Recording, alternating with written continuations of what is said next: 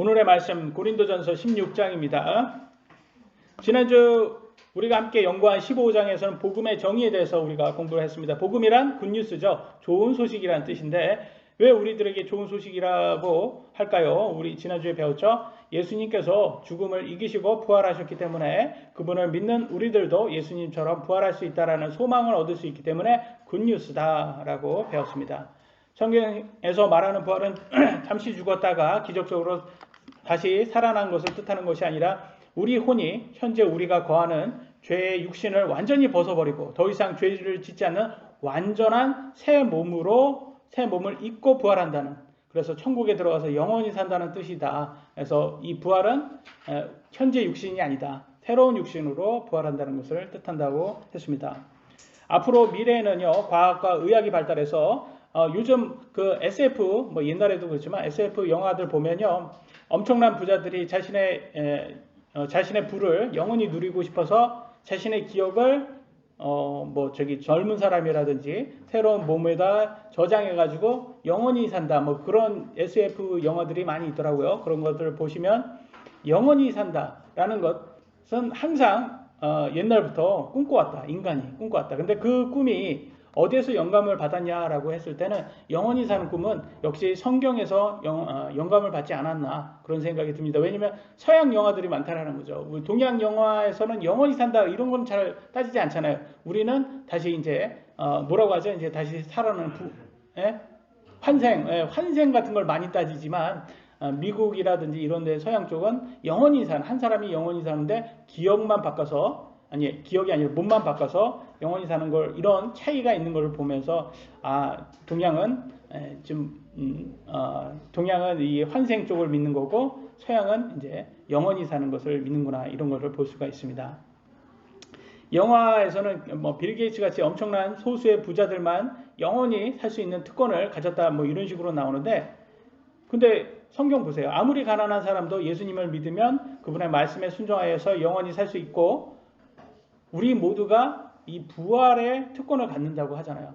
그러니까 이 성경이 가장 어떻게 보면 합당하고 우리 모두에게 공평하게 주시는구나 라는 생각이 듭니다. 우리가 믿는 복음은 세상의 모든 것을 가진 것보다 더 좋은 보물이라고 나왔어요. 그래서 성경에서는요 이렇게 나왔습니다. 마태복음 13장 44절에 하늘의 왕국은 마치 밭에 숨겨진 보물과 같으니라. 하늘의 왕국이 뭐예요? 천국이죠. 천국이 왜 보물이라고 할까요? 사람이 그것을 발견하면 숨겨두고 그것의 기쁨으로 인해 가서 자기의 모든 소유를 팔아 그 밭을 사느니라 라고 나왔어요. 그러니까 우리가 천국에 가는 길, 이 부활의 그 소망을 발견하면 복음이죠. 복음을 깨달으면 내 모든 것을 바쳐서라도 그거를 가지려고 한다는 거예요. 그 말은 뭐냐? 여러분 그러면 구원받으려면 여러분 전 재산을 다 교회에 환납하라는 뜻이 아니에요. 이거는 뭐냐? 이것은 내 자신까지도 하나님께 드려야 된다는 거예요. 내 자신까지도. 그래서 우리가 예수님을 통해서 복음을 해서 구원의 확신을 가진 사람은 내 모든 것을 내 자신까지도 하나님께 드려서 가장 우선순위인 하나님의 말씀을 내 인생에서 가장 우선순위로 둔다고 볼 수가 있습니다. 안타깝게도 세상의 많은 사람들은 예수님의 복음을 부인하고 세상의 부자들이 선동하는 좌파 거짓말에 완전히 맹신하고 있습니다. 애플의 스티브 잡스 같이 아무리 천재여도 부자여도 죽음 앞에서는 그의 돈과 지식이 아무 힘도 쓰지 못한 것을 우리가 보았습니다. 그럼에도 왜 많은 사람들이 여전히 부자들의 좌파 선동에 맹신을 할 거예요. 그만큼 예수님의 복음이 세상에서는 숨겨진 보물과 같다는 거예요. 아주 소수의 사람만 발견한다는 거예요. 복음이 보물이란 것을 깨달은 우리들은 사랑하는 가족들에게 신실하게 이 보물인 복음을 전해야 됩니다. 많은 좌파 교회나 이단들이 가르치는 복음은 좋은 소식, 곧 육신이 듣기 좋아하는 것으로 변질되었어요. 그들은 좌파의 감성팔이 용도로 사용되고 있습니다. 좋은 소식은 우리 육신이 좋아하는 소리가 아니죠. 우리 영혼이 좋아하는 소식입니다. 아까도 우리가 찬양했잖아요. It is well. 우리 영혼이 평안해. 우리 영혼이 평안하다라는 것입니다. 우리 육신이 아닙니다. 돈과 정욕을 쫓는 좌파, 이단, 구원파 교리는 절대 성경적인 복음이 아니라는 것을 알 수가 있습니다. 그래서 오늘 16장으로 오늘은 연구를 같이 해보도록 하겠습니다. 첫 번째, 성교 헌금을 바울이 말하고 있습니다. 고린도전서 16장 1절. 이제 성도들을 위한 모금에 관하여는 내가 갈라디아의 교회에 지시한 바와 같이 너희도 그렇게 하라 라고 나왔습니다. 갈라디아 교회는 다른 교회 성도들을 돕는 선교헌금 모금에 이미 참여하고 있다는 것을 알 수 있습니다. 고린도 교회도 선교헌금 모금에 참여하라고 사도 바울은 권면하고 있습니다. 그래서 모든 교회는 선교헌금을 해야 된다라고 알 수가 있죠. 2절 주의 첫날에 너희 각 사람이 하나님께서 자기를 형통하게 하신 대로 자기 곁에 모아두어 내가 갈 때에 모으는 일이 없게 하라. 그래서 선교헌금을 어떻게 해야 되는지 가르쳐주고 있습니다. 구약의 유대인들은 하나님께서 이 세상을 창조하시고 안식했던 날, 그래서 안식일을 지키라고 하잖아요. 10계명에 안식일이 언제예요? 요일이 토요일입니다. 네, 토요일이에요. 안식일은 토요일. 근데 왜 우리는 예수님을 믿는 우리들은 일요일 날 모일까요? 토요일 날 모이지 않고. 그렇죠. 부활입니다. 부활. 예수님께서 부활한 날이 일요일이기 때문에 우리는 이 부활의 날을 기념하기 위해서 더 이상 유대교처럼 토요일 날 이렇게 모이지 않고 일요일 날 모입니다. 그래서 신약교회는 일요일 날 모인다. 그 이유가 여기 있다. 그래서 부활한 날이 일요일이라는 것을 주의 첫날, 일주일 중에 첫날, 일요일 날이죠. 우리는 월요일 날 일을 하러 가니까 월요일 날이 첫날이라고 생각하지만 사실은 일요일 날이 첫날인 건 우리 아시죠? 그래서 마태복음 28장 1절로 7절에 이렇게 나왔습니다. 안식일이 끝나고 주의 첫날이 밝아오기 시작할 때, 그죠? 주의 첫날, 일요일 날 예수님이 부활했다는 걸 알 수 있습니다. 막달라 마리아와 다른 마리아가 돌무덤에 보러 갔는데 속히 가서 그분의 제자들에게 그분께서 죽은 자들로부터 일어나셨다고 말하라. 그래서 부활이 주의 첫날에 있었구나. 부활이 일요일이구나. 마가복음 16장 9절에도 나옵니다. 예수님께서 주의 첫날에 일찍 일어나신 뒤에 전에 친히 몸속에 7 마귀를 내쫓아 주신 막달라 마리아에게 처음으로 나타나시니라. 그래서 막달라 마리아가 예수님의 부활을 처음 본 사람이고, 그리고 예수님은 주의 첫날에 일어나셨다라는 걸 알 수 있고, 그래서 우리는 주의 첫날에 이렇게 모입니다. 그래서 첫날에 모였을 때 하나님을 만나러 우리가 주의 첫날에 모이잖아요. 그래서 일주일 동안 하나님께서 우리를 형통해 주신 대로 우리가 하나님께 헌금을 드려야 된다는 것을 나와 있습니다. 그래서 출애굽기 34장 20절에 보면 하나님께서 어떻게 명령했냐면 아무도 빈손으로 내 앞에 보이지 말지니라 이렇게 말하고 있어요. 그러니까 우리가 하나님을 만나러 왔을 때는 빈손으로 오지 말아야 된다. 그래서 우리가 헌금을 해야 된다. 그래서 성경헌금에 대한 그리고 그래서 11조와 헌금이라고 말을 합니다. 그래서 헌금을 해야 된다라는 것을 알 수 있습니다. 남의 전 재산을 탐하는 좌파나 이단 교회들은요, 교회가 헌금으로 장사를 한다고 세상 사람들은 비난하지만 성경을 통해서 보면 헌금은 하나님께서 우리를 형통하게 해 주신 만큼 드리는 것이기 때문에 이거보다 더 공평하고 합당한 것은 없습니다. 일주일 동안 형통하지 않았거나 형통하지 않기를 원한다면 헌금을 안 드려도 됩니다. 헌금으로 논쟁할 이유가 없어요. 각자 믿음대로 하면 되는 겁니다. 누구를 사랑하면 우리는 주고 싶어집니다. 그죠? 그래서 BTS 아미들, 그들은 항상 뭐예요? 굿즈를 사요. BTS 굿즈를 그 비싼 거를 삽니다. 그럼 여러분 그거 보면 어떻게 해요? 고개를 설레설레 흔들고 얘네들이 돈이 많구나. 저게 티셔츠 하나에 저 뭐 카드 하나에 저거 쓸데없는 건데 그거 수십만 원 주고 저거 사고 티켓 사고 막. 왜냐면 아미들 입장에서는 자기들이 BTS를 사랑한다는 표시예요. 그걸 사줘야지 내가 사랑한다. 그거잖아요. 근데 우리들 보기에는 우리들은 BTS를 뭐 어른들은 뭐 사랑합니까? 뭐 개중에 사랑하는 사람들은 하겠지만 뭐 우리들은 뭐 관심 없는 사람들은 안 한단 말이에요. 반대라는 거예요. 하나님을 사랑하면 하나님께 드리고자 한다는 그 마음이 있는 거예요. 내가 사랑하니까. 근데 세상 사람들은 하나님을 사랑하지 않기 때문에 헌금에 대해서는 이게 드리는 것을 아까워합니다. 근데 세상 사람들은 뭐 쓰는데 돈 아까워하지 않아요. 술 먹는 거는 아까워하지 않잖아요. 술 먹는 거는 막 서로 막 돈을 내려고 하더라고. 이상하게. 이 사람 꼭 술만 마시면 서로 내려고 그래요. 그러니까 우리는 술만 마신 사람들 옆에 대해서 같이 식사를 좀 해야 될 것 같아요. 술을 밥값을 내줄 거 아닙니까? 그래서 그러니까 그 사람들은 자기의 정욕을 위해서는 자기 육신의 정욕을 내 육신을 기쁘게 하는 것은 아까워하지 않는다는 것은 왜 사람들이 정욕을 사랑하기 때문에 그런 거예요. 그런 것처럼 우리도 하나님을 사랑하면 하나님께 드리는 것이 합당하다. 3절로 4절 보도록 하겠습니다. 내가 가면 너희의 편지로 인정하는 자들이 누구이든지 내가 그들을 예루살렘으로 보내어 너희의 너그러운 선물을 가지고 가게 하리라. 또한 만일 나도 가는 것이 합당하거든 그들이 나와 함께 가리라. 뭐냐, 이게 이제 성경금을 받았잖아요. 이제 모았잖아요. 근데 성경금을 누가 갖고 가냐라고 했을 때 논쟁이 있을 거 아닙니까? 근데 그 논쟁을 바울이 뭐라고 하냐? 그럼 교회가 정하는 거다. 모은 교회가 모았기 때문에 그거는 교회 재정이기 때문에 그 교회가 누구를 보낼지는 교회가 정하면 된다. 바울이 정할 필요도 없다라는 거예요. 교회가 너네들이 모은 금액이기 때문에 너네들이 정하라. 투명하잖아요. 바울은 투명하게 하잖아요. 근데 오늘날 그 기부단체들 보면 투명하지 않습니다. 그죠? 굉장히 투명하잖아요. 연예인들 뭐 기부 막 하고 뭐 5천만 원, 1억 막 이렇게 기부하는데 기부단체는 말을 하지 않더라고요. 보니까 기부 얼마 했다. 근데 그 기부단체는 우리가 알 수가 없어요. 그러니까 어때다 진짜 믿을 만한 기부단체가 한 거 맞아? 이런 생각을 하게 됩니다. 근데 보면 기부단체들 상당히 보면 뉴스에도 가끔씩 나오잖아요. 기부단체 해서 이상한 데 만들어서 그 직원들이 슈퍼카 사고 막 그걸로 막 방탕하게 쓰고 유흥비에 보통 쓰잖아요.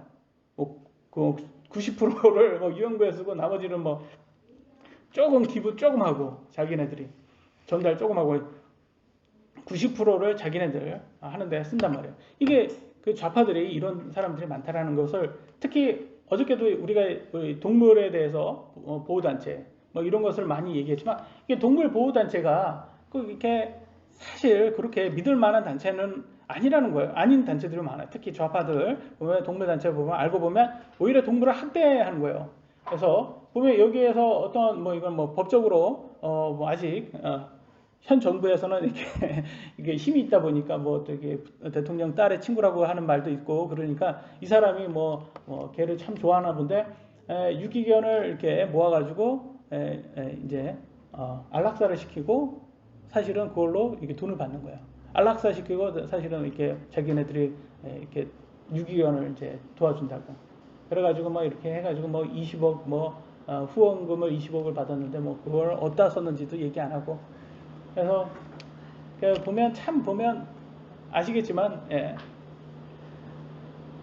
뭐 사실 뭐 우파라고 거짓말 안 하는 사람이 다 정직한 건 아닌데 좌파들은 꼭 보면 얘네들은 꼭 이런 거를 아주 전문적으로 하는 것 같아요. 그래서 이렇게 뒤에서 막 이렇게 하면서 뭐 유미양 같은 사람은 뭐 40억 이렇게 뒷돈 챙기고 뭐 이렇게 하면서 사실은 뭐 보호단체를 하면서 이렇게 하면서 이 사람들이 꼭 하는 거는 또 뭐냐면 교회 기독교 목사는 무조건 불신하게끔 만든단 말이에요. 웃기잖아요. 자기네들은 이렇게 뒷돈 막 이렇게 큰 돈 챙기면서 교회는 불신해서 뭐 헌금도 그거 하지 말아라. 근데 거꾸로 보면 기부단체는 너네는 그럼 믿을 만한 사람이냐라고 했을 때는 굉장히 이런 좀 불미스러운 일들이 많이 일어난다. 마치 대통령 영부인의 특활비 내역을 법원에서 공개하라고 명령했는데도 불구하고 국가보안이라고 그걸 안 해요. 그런데 저는 이상해요. 영부인 특활비가 왜 그 국가보안일까? 영부인이 얼마를 아니 뭘 사면 그게 뭐 큰일 난 건가요? 그게 뭐 북한이나 중국이 알면 큰일 나나요? 그게 우리가 알면 큰일 나는 거 아니에요? 우리한테 국가보안인 거 아니에요? 일반 국민들한테? 근데 바울은 매우 투명하게 선교비도 전달까지도 너네들이 정해라 할 만큼 이렇게 투명하고 명쾌하게 하는 것을 볼 수가 있습니다. 그래서 교회도 저는 그래 대형 교회가 일수록 투명하게 해야 된다라는 생각을 많이 합니다. 그래서 이렇게 보면 어떤 대형 교회들 보면 이렇게 교회 성도들에게 이렇게 보고를 안 하더라고요. 이렇게 재정 보고를 안 해요. 그래서 그런 거를 볼 때 참 그러니까 자꾸 의심을 사지 않을까 그런 생각이 듭니다. 두 번째, 바울의 개인적인 앞으로의 계획을 이제 5절부터 말을 합니다. 5절로 7절입니다. 내가 마케도니아를 지나갈 때 이제 너희에게 가서 고린도 교회로 간답니다. 너희와 함께 머물며 참으로 겨울을 날 것 같기도 하니 이것은 어디든지 내가 가는 곳으로 너희가 나를 보내주게 하려 합니다. 그렇죠? 나를 보내주게 하려 합니다. 그러니까 고린도 교회로부터 성경을 받고 있다?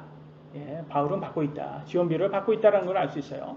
이제는 내가 지나가는 길에 너희를 보려 하지도 아니하며 오직 주께 허락하시면 얼마 동안 너희와 함께 머물 것을 확신하노라라고 나와 있습니다. 그래서 사도 바울의 3차 선교 여행을 이렇게 보면 안디옥으로부터 이렇게 시작을 돼서 저기 빌립보, 저 위에 보면 빌립보 있잖아요. 거기에서 고린도 전후서를 쓴 걸로 알고 있습니다. 그래서 마케도니아가 이렇게 들어가잖아요. 그래서 마케도니아 있고 그 밑에는 아가야가 있습니다. 그래서 거기에서 들어가서 고린도가 그 있죠? 네, 보이시죠? 빌립보고 마케도니아, 아가야인 고린도. 그래서 마케도니아와 아가야가 합치면 그리스가 되는 거예요. 이렇게 그리스. 이게 주예요, 주. 아가야. 크게 이게 두 주가 있고 고린도는 15. 그래서 성경금을 받고 있다라는 것을 볼 수가 있습니다. 그래서 지금 현재 보면 현재 지도도 여기 그리스가 있죠. 그래서 마케도니아와 아가야 이렇게 됩니다. 그래서 여기에는 이제 소아시아, 터키 지역이라는 것을 보시면 됩니다. 8절로 보죠. 그러나 내가 오순절까지 에베소에 머물고자 함은 크고 효력이 있는 문이 내게 열려 있고 대적들이 많기 때문이다. 그래서 오순절까지는 에베소에서 머문다라고 말합니다. 근데 오순절이 어떤 날이냐라고 우리가 좀 약간 공부를 해보면요. 여기에서 보면 7개의 명절이 이스라엘의 7개의 명절이 있는데 그 중에 보면 4가지는 4개의 명절은 신약에서도 이게 성취를 됐다고 이렇게 표현을 합니다. 뭐 6월절, 무교절, 초신절, 오순절 이렇게 나와 있잖아요. 그래서 6월절은 우리가 알다시피 패스오버라고 하잖아요. 그래서 이집트에서 속박됐을 때 마지막 10개의 재앙 중에 마지막 재앙 해서 어린 양의 피를 저기에 뿌리면 그 집만 빼고는 그 집은 패스오버, 패스한다고 하잖아요. 그 집은 첫째 아들을 죽이지 않고 이렇게 넘어간다는 거잖아요. 그래서 그게 6월절이고, 그래서 6월절 날 이제 예수님께서 이렇게 죽으신 거하고 동일하게 6월절 날 6월절 어린 양을 먹으시고 그 다음에 잡혀서 이렇게 죽으시잖아요. 그래서 그게 갖고 그 다음 6월절 다음 날부터는 일주일 동안 무교절이라고 해서 누룩 없이 일주일 동안 누룩 없는 음식만 먹어야 되는 거예요. 그래서 무교절입니다. 그래서 그 무교절 중에서 이제 3일 동안 예수님께서 묵시셨다가 이제 초신절날 이제 예수님이 부활한 날이다 이렇게 돼 있고, 그 다음에 오순절이 오순절은 이제 예수님이 부활한 다음부터 50일이 지난 날이잖아요. 그래서 77절이라고도 하고 오순절이라고 합니다. 예수님이 부활 후 50일 이렇게 기억하시면 돼요. 대충. 그래서 예수님께서 부활한 다음에 그 제자들하고 며칠 동안 같이 있다가 하늘에 승천하셨어요. 40일 동안 있었죠. 그래서 거기에서 그래서 50일이니까 그 승천하신 다음에 또 며칠 지난 다음에 이제 베드로와 제자들이 함께 모여 있었잖아요. 그때 모여 있을 때 무슨 일이 일어났어요? 성령님이 내려오신 다음에 성령 강림하시잖아요. 성령 강림한 다음에 성령님이 다 이렇게 제자들 속으로 들어가니까 막 방언을 하기 시작했잖아요. 그래서 오순절 날이 바로 그 날이다. 성령 강림의 날하고 동일한 날이다. 이렇게 볼 수가 있습니다. 그러니까 이게 굉장히 큰 의미 있는 날인 거예요. 신약 교회의 시작을 말하는 거예요. 성령 강림이란 것은 신약 교회의 시작을 뜻한다라고 보시면 됩니다. 그래서 이 날은 굉장히 그렇고, 또 오순절 날은 이 77절이라고 해서 처음으로 이렇게 거두는 날이랍니다. 그래서 추석, 우리나라는 추석이 있지만 추석 말고 첫 번째 해서 이제 씨앗 뿌려가지고 첫 열매를 구하는 날이라고, 이게 오순절 날이라고 해서 지금 이렇게 열매를 이제 갖고 있잖아요. 그래서 이제 시작의 단계다라고 생각하시면 돼요. 이제. 그래서 오순절날 또 이 77절날 또 핵심인 날이 이벤트가 있어요. 이 이벤트가 어떤 이벤트냐면 바로 시내산에서 모세가 하나님께 뭘 받았어요? 십계명을 받았잖아요. 십계명. 그래서 이게 구약에서는 오순절날이 십계명 받은 날이다라고 생각하시면 돼요. 모세가 십계명 받은. 그래서 모세가 십계명 받은 날로 구약 시대에는 아주 유명한 날이고, 신약 시대는 성령님께서 강림해서 신약교회의 시작의 날이다라고 해서 유명한 날이에요. 그래서 둘 다 유명한 날이다. 그래서 바울은 이 오순절까지 에베소에서 머문다라고 해서 그만큼 이렇게 중요하게 생각하는 것을 볼 수가 있고, 이렇게 효력이 이제 그러니까 효력이 있다라는 말은 그 지역 사람들이 바울의 복음을 선포를 많이 들었던 것 같아요. 근데 그만큼 또 사탄도 가만히 있지 않겠죠. 복음을 잘 전하는 곳이 있으면 사탄도 거기에서 열심히 그걸 방해 공작을 합니다. 그래서 더티하게 오늘날 지금 중국 올림픽 한번 보세요. 얼마나 더티하게 방해 공작을 합니까? 그래서 메달 니네들이 다 가져가 뭐 이런 기사도 막 떴더라고요. 이게 얼마나 그래서 뭐 어떤 뭐 메달 니네들이 다 가져가라 뭐 메달 니네들이 다 가져가라 뭐 이런 기사가 났는데 그걸 미국에서까지 그걸 방송을 하더라고요. 미국에서까지 야 이게 지금 한국에서는 이런 기사도 나올 정도로 올림픽을 중국이 참 얘네들은 너무 부끄럽게 한다. 그러면서 그걸 보고 그 뭐 코미디언들이 미국 코미디언들이 막 그걸 좀 재밌게 그거 가지고 해서 진짜 중국 사람들 얼마나 더티한지 그걸 막 해가지고 제 아내가 그걸 보더니 막 뭐 큰 소리로 웃더라고요. 그래서 좀 제가 밤늦게 너무 큰 소리로 웃지 말라. 근데 그렇게 얘기했는데 왜냐면 제가 항상 그걸로 혼나거든요. 제가 코미디 프로 보아서 막 낄낄대고 막 웃으면 옆에서 막 쳐요 저한테. 그 소리 내고 웃지 말라고. 우리는 서로 부부가 뭐 각자 재밌는 거 보면서 낄낄대고 웃는 게 좀 특화되어 있습니다. 그래서 참 중국 보면 그 뭐 좀 방해 공작하는 게 그래서 저는 그런 생각이 들어요. 이렇게 공산주의 좌파들이 자신의 영적 아비인 사탄의 모습을 그대로 닮아서 이렇게 방해 공작을 많이 하는구나. 그래서 사탄이 복음을 전하는 우리들을 방해하듯이 이렇게 좌파들이 복음을 전하는 사람들을 방해를 많이 한다는 걸 볼 수 있습니다. 계속 이어가도록 하겠습니다.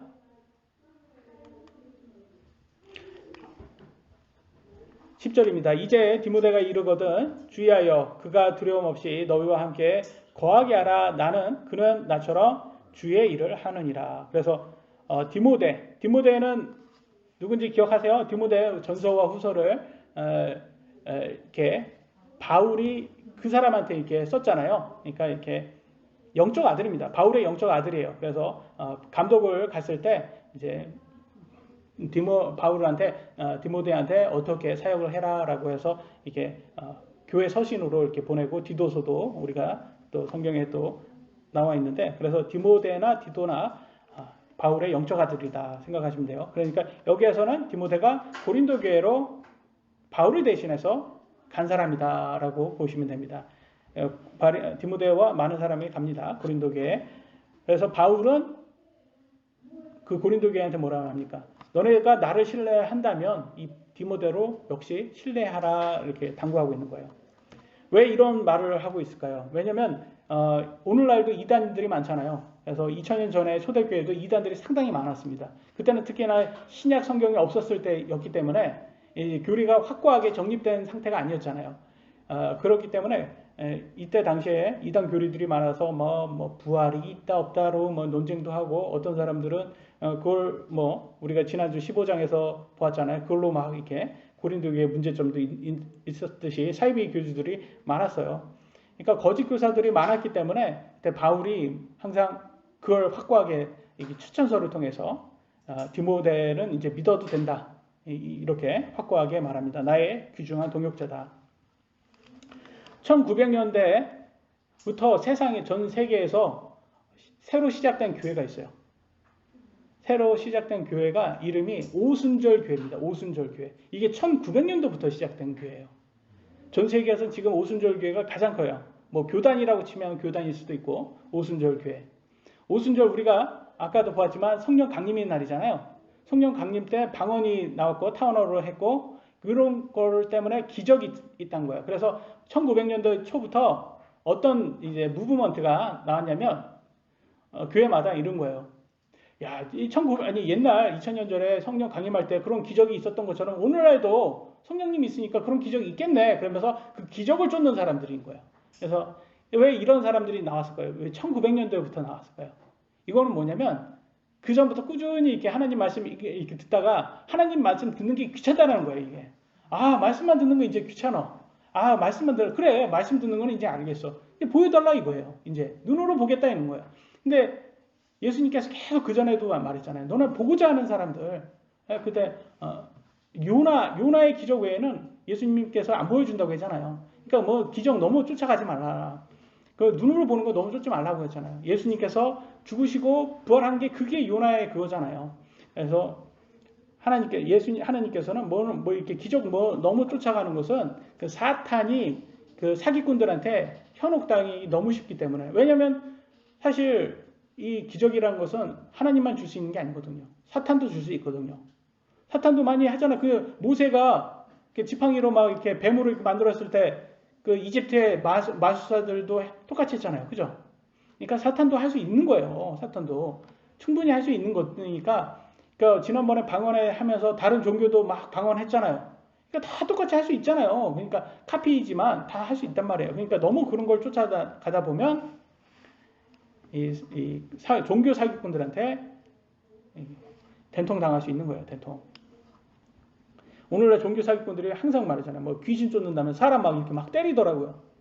저는 그렇게 때리면 웬만한 사람들은 왜 때리냐고, 왜 때리냐고 이렇게 할 텐데 이 사람들 그냥 맞더라고요. 그냥 귀신 쫓는다면서. 그래서 결국 맞아서 죽어요 또. 그리고 뭐 얼마나 우리가 여러분 보기엔 정상적인 사람들을 보기엔 그 미친놈들처럼 보이잖아요. 근데 이 사람들은 그거 가지고 그게 맞다고 막 이렇게 하고 또 되게 맞으면 기분 좋아진다고 그러고. 그거는 그러려면 안마의자에 앉아야죠. 안마의자 앉으면 이렇게 기분 좋거든. 이렇게 욱신욱신하면서도 기분은 좋단 말이에요. 이게 근육 풀어줘서 기분 좋은 거지. 근데 때려서 죽을 만큼 그걸 때리는 거는 그건 참 답답한데 그거에 당하는 사람들 보면. 그러니까 세상에는 이런 종교 사기꾼들이 많은데 그런데 당하지 말라고 그런 이렇게 오순절 교회 이런 거 당하지 말라고 하는데 이게 1900년도부터 시작됐답니다. 은사주의자들이라고 말합니다. 그걸 특히 다르게 말하면 기적을 쫓는 사람들, 눈으로 보고자 하는 사람들, 종교 사기꾼에 딱 당하기 쉬운 거죠. 그래서 바울이 디모데에게 이렇게 추천서를 썼던 이유가 이런 종교 사기꾼이 많아서였다라는 것을 알 수가 있습니다. 11절 그러므로 아무도 그를 멸시하지 말고 평안히 그를 안내하여 그가 내게로 오게 하라. 그와 또 형제들을 내가 기다리느니라. 왜 이렇게 멸시하지 말라고까지 이렇게 당부를 할까요? 디모데는 바울의 영적 아들일 뿐만 아니라 나이도 젊었어요. 30대.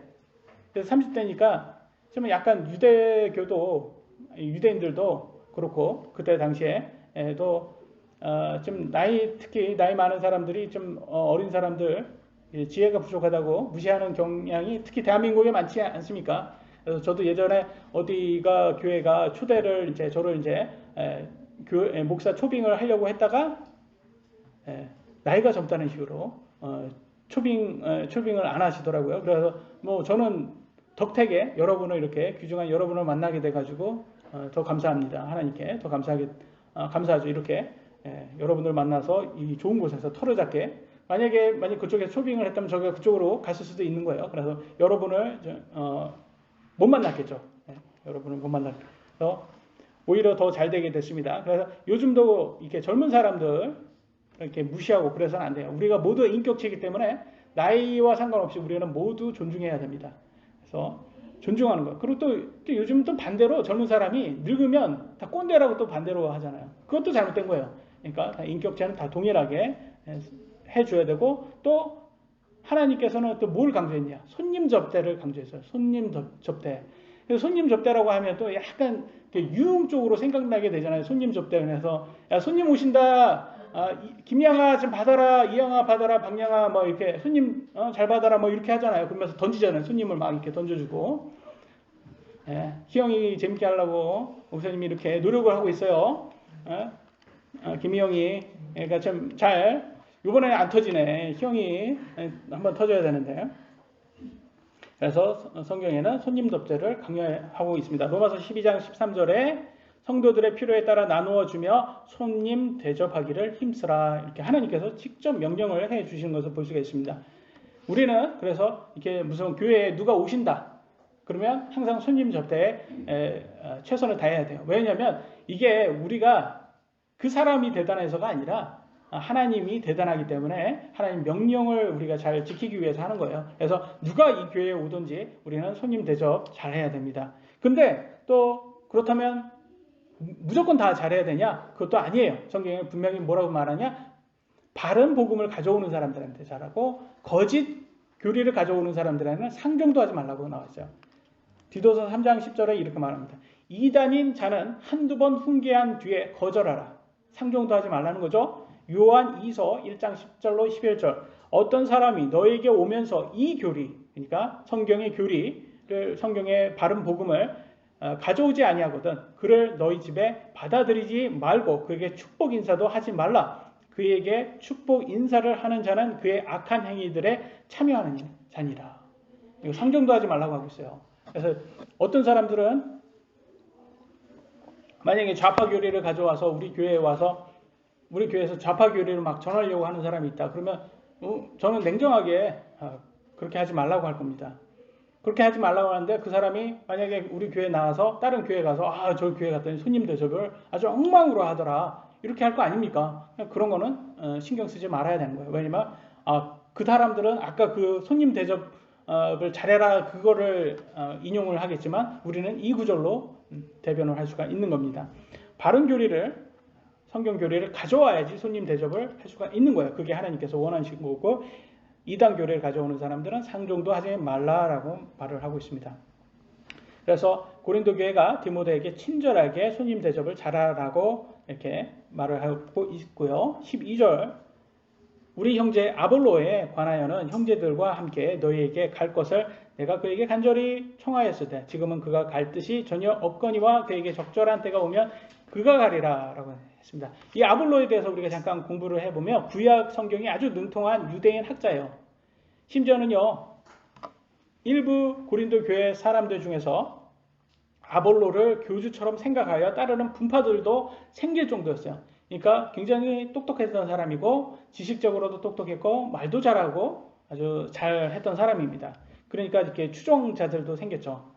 근데 저는 여기에서 아볼로가 고린도 교회가 어떻게 보면 인기 있는 사람인데도 가지 않은 것을 볼 때 개인적으로 제 생각은 꺼려하지 않았나. 왜냐면 아볼로의 입장에서는 가면 육신은 좋아하잖아요. 왜? 인기가 많으니까.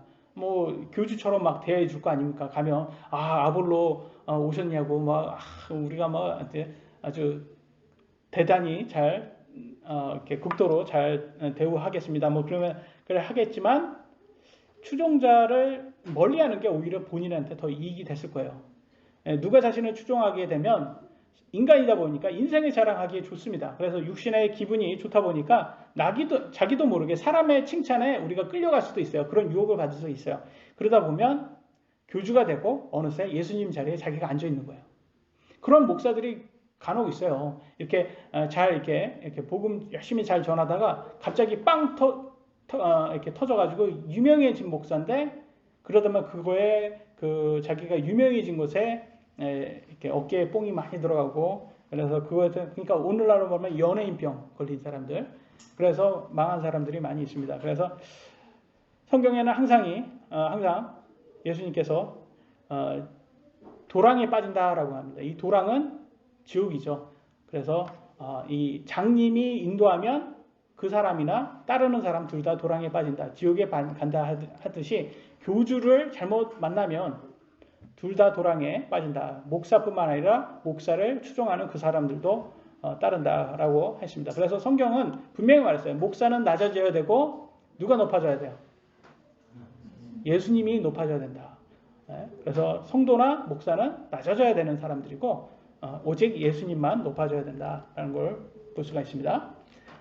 마지막입니다. 세 번째 마지막 권면 16장 13절로 14절 너희는 깨어 믿음에 굳게 서서 남자답게 행동하며 강건한 자가 되라. 너희의 모든 일을 사랑으로 할지니라.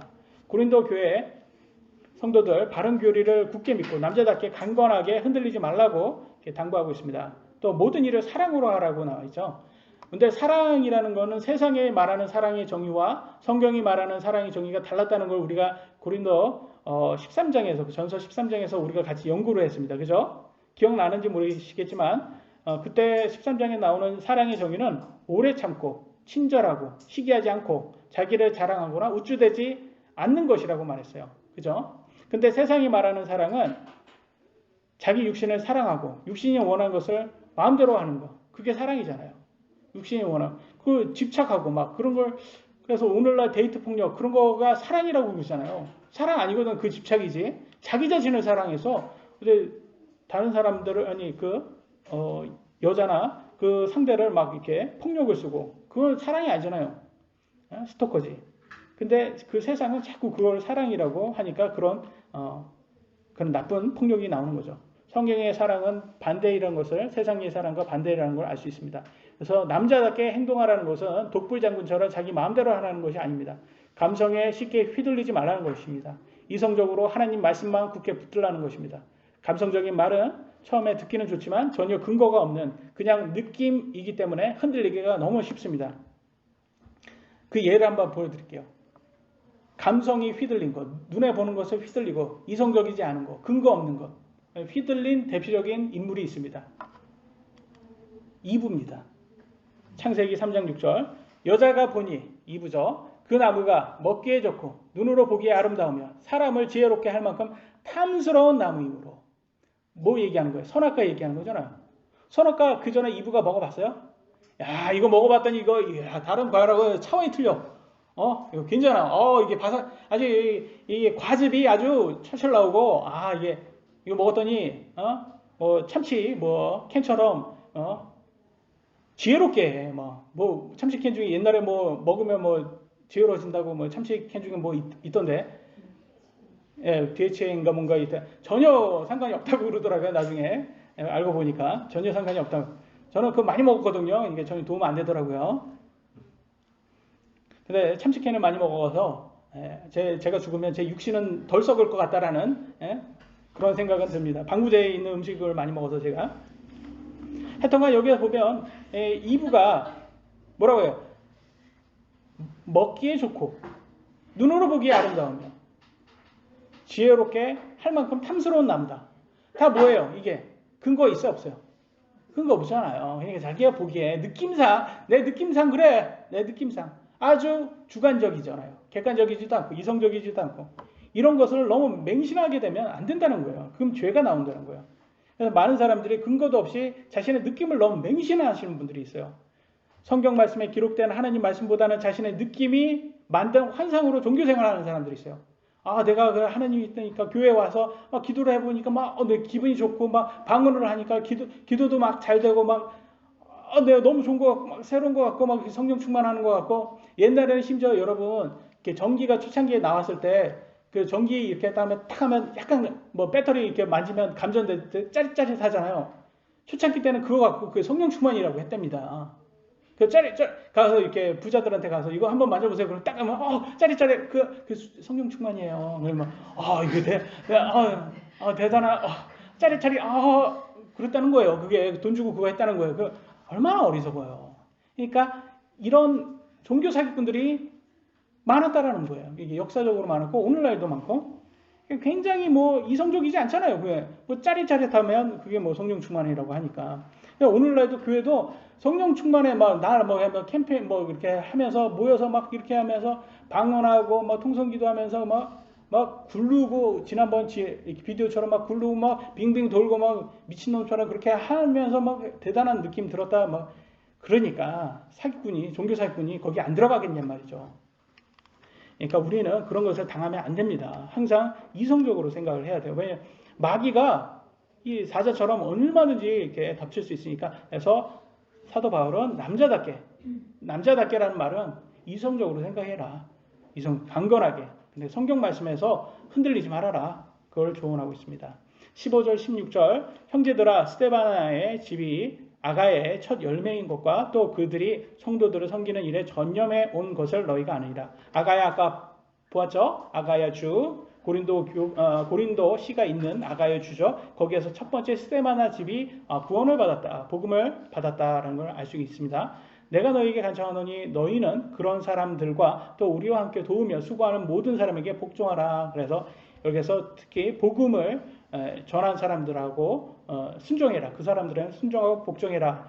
이 말은 뭐냐면 그 사람들한테 노예가 되라는 게 아니에요. 그들과 같은 믿음을 가져라는 것입니다. 아가야는 아덴, 고린도, 갱그레아 시를 포함한 주입니다. 오늘날로 말하면 경상남도예요. 양산시가 있는 경상남도가 아가야 주라는 것을 비교하면 그런 예입니다.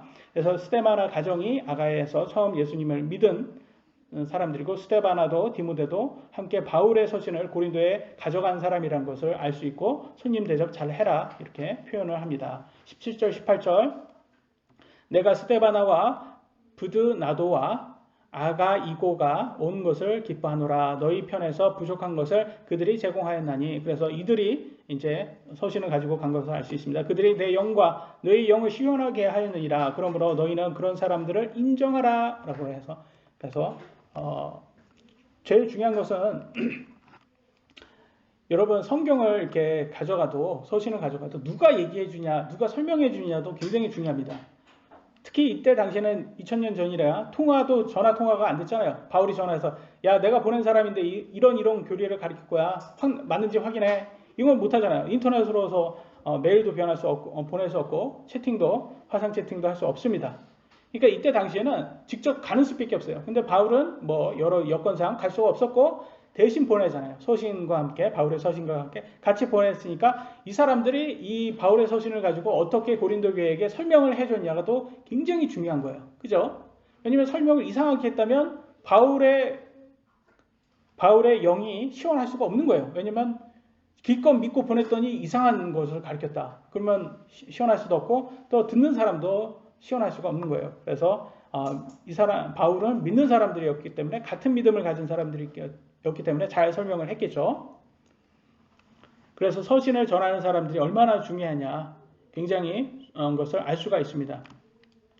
오늘날도 하나님 말씀을, 성경을, 동일한 성경을 쓰는데도 어떤 교회는 이걸 믿고 저쪽 교회는 저걸 믿어요. 왜 각 교회마다 다른 교리를 가질까요?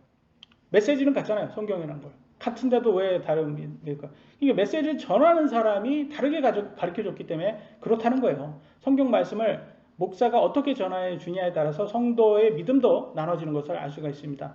아까도 말씀드렸듯이 오순절 은사주의자들처럼 눈에 보이는 기적들만 쫓고 감정에 쉽게 흔들려서 귀신 쫓는 사람들, 구타해서 살인을 하는 이단 교리도 나올 수가 있는 거고, 또 이성으로 오직 하나님 말씀만 붙잡아서 더 이상 사이비 이단 교리에 속지 말고 영을 시원하게 하라라고 저희같이 이런 근본주의 독립 침례교회도 있을 수가 있는 거예요.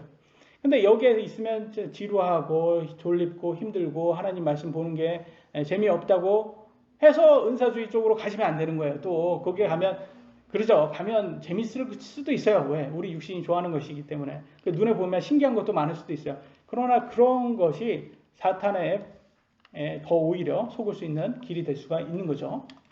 19절 아시아의 고린도 교회, 아시아의 교회들이 너희에게 무난하고 아글라와 브리스길라가 자기 집에 있는 교회와 함께 주 안에서 너희에게 많이 무난하니라. 아시아하면 어디예요? 여기가 아시아. 아까 제가 말씀드렸잖아요. 아시아. 예, 터키예요. 터키. 아시아 그러면 오늘날 아시아 생각해요. 성경에 여기 아시아 그러면 소아시아 얘기하는 거예요. 오늘날 아시아 생각해서 어떤 분은 어떤 노인인데 교회에 오더니 갑자기 성경이 한국이 나옵니다. 그래요. 그래서 저것도 무슨 말이야. 성경이 어떻게 한국이 나와. 그래서 제 추측으로는 이분이 영어 보고 그런 것 같아요. 아시아 보고, 아시아에서는 그래도 한국이 제일 복음을 많이 믿는 나라니까 그래 한국을 얘기하는구나 이렇게 생각하신 것 같아요.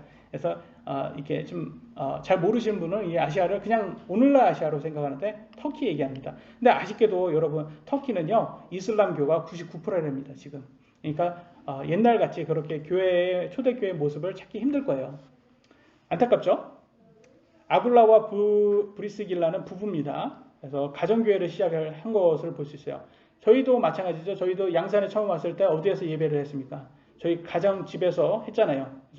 그래서 중요한 것은 교회는 공간이 아니라 성도들이기 때문에 하나님의 말씀을 어떻게 믿는 사람이 모이냐가 더 중요하다는 거예요. 공간은 중요하지 않아요. 어디에서 믿냐가 중요하지. 근데 오늘날은 공간을 사람보다는 공간이 더 중요하게 됐잖아. 그래서 어떤 빌딩이냐, 교회 건물 외모가 어떻게 생겼냐, 어떻게 대형 교회냐, 어떤 이렇게 외모적으로 어떠냐, 그런 걸 더 중요하게 생각이 됐어요. 한국은.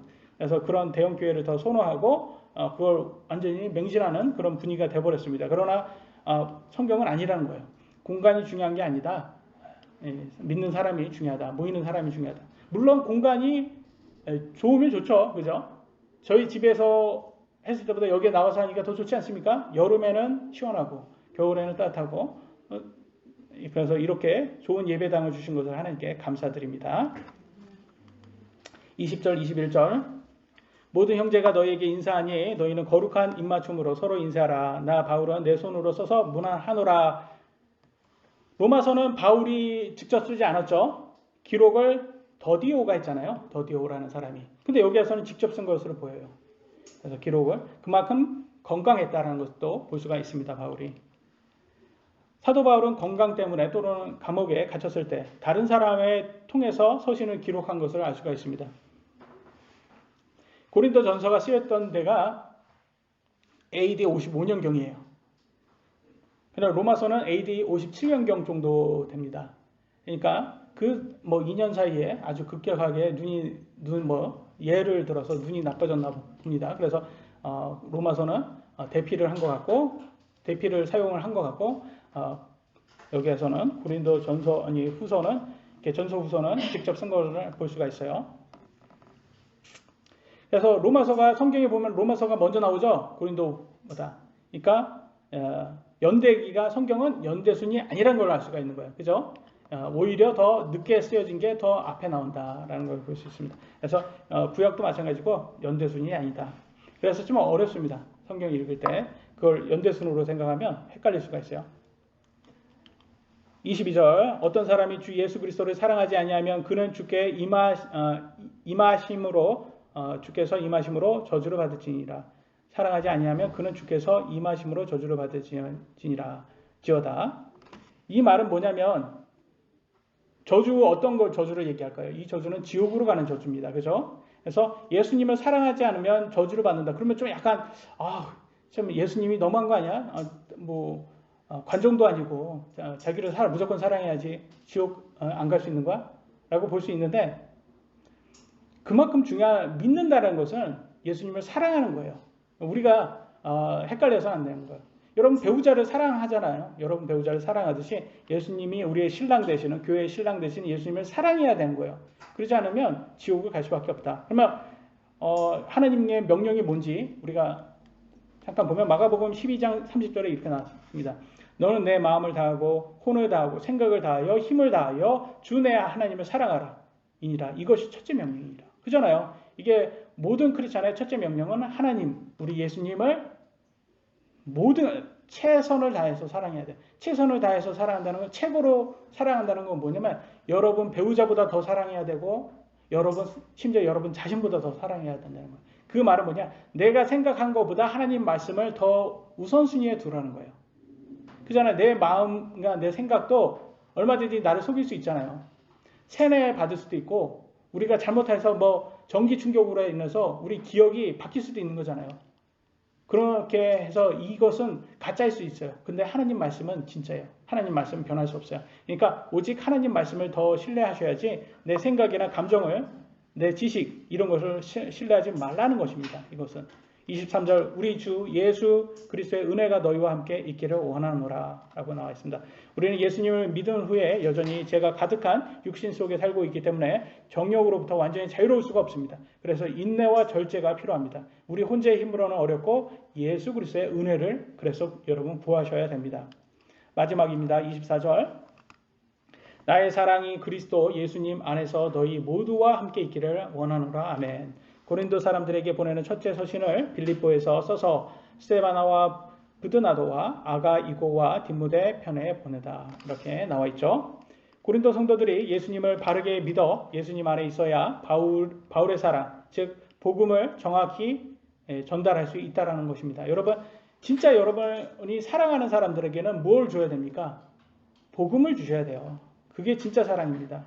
왜냐하면 복음을 주셔야지 그들이 영원히 살 수 있잖아요.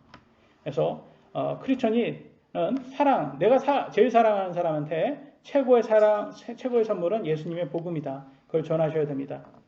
우리가 살고 있는 이 지구도 나중에 불에 타서 다 없어진다고 합니다. 성경이 그렇게 나와요. 대홍수 때 노아의 방주에서 있었던 사람만 살았잖아요. 그죠? 8명만 살았잖아요. 그런 것처럼 이 지구도 불에 타서 없어질 때 여러분 방주에 타셔야 됩니다. 그 방주가 누구예요? 예수님이에요. 그래서 여기 보면 예수님 안에 계셔야 되는 거예요, 여러분. 예수님 안에 어떻게 계셔요? 예, 그분의 복음을 믿으셔야 되는 거예요. 그래서 그분의 말씀대로 순종하면서 사는 거예요. 그래서 여러분 하나님의 말씀을 여러분 자신보다도 더 최고 우선순위로 믿으셔야지 우리가 그 예수님의 방주에 탈 수가 있는 것입니다. 여러분 가족들에게 최고의 사랑인 예수님의 복음을 전하는 물금 침례교회 성도들 되시길 예수님의 이름으로 기도드립니다. 마치도록 하겠습니다. 기도하시겠습니다.